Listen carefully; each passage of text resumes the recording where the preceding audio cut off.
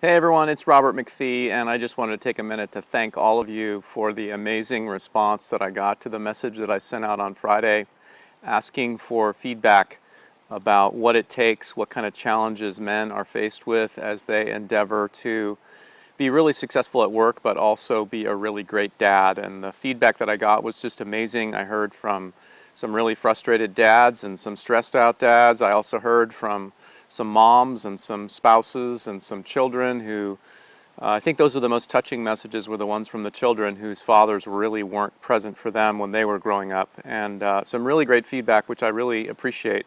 And it just has me that much more anchored into this new mission that I'm focused on, about helping fathers be really successful at work, but also be a really present, really engaged, and really involved dad. And again, I just really wanted to thank the group for the feedback on that, and really just let you know that it really made a difference in terms of me zeroing in on this new mission that I'm focused on, of taking everything that I've learned from the amazing teachers that I've had an opportunity to work with, and also my own experience being a father, 3 children who are now 21, 19, and 16, and also all that I've learned in the entrepreneurial space about balancing running a business and being an engaged father. So I'm really so committed to this mission now. I'm going to keep moving forward with it. I did want to share also one thing that came up in the feedback, and has definitely come up even previous to this question that I asked, was about time. Because one of the myths, one of the traps that seems to be out there, is that men seem to think that the key is to somehow manage time, to find enough time to be doing more at work and find enough time to be doing more as a father. But in my experience, this is really an unwinnable game. And if you look down below, you'll see there's a couple of suggestions that I have for a much better way of dealing with time than trying to find more time at work and trying to find more time to be a great dad, because there's always going to be a demand for more time in both areas. But the suggestions that I have are, number one, to really focus on quality time versus quantity of time. If you're looking for more time, it's going to be very frustrating, but if you're zeroed in and focused on taking the time you have and making it more quality time, I think you'll find that it's a much more rewarding and impactful experience.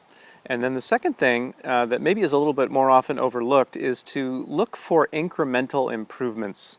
Oftentimes I think we try to be the perfect dad, we try to be the perfect leader at work, and that can be another unwinnable game.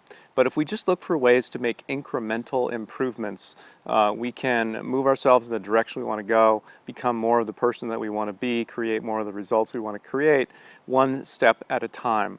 One of my favorite resources in this area is a good friend of mine, Mark McCurgow, who is a fellow member of the Transformational Leadership Council, teaches an approach called the Solutions Focus, which I often teach in my workshops and with my coaching clients, that I'm happy to share with anybody. If you want to know more about that, just respond to this message and ask me. I'll be happy to send you some information about it.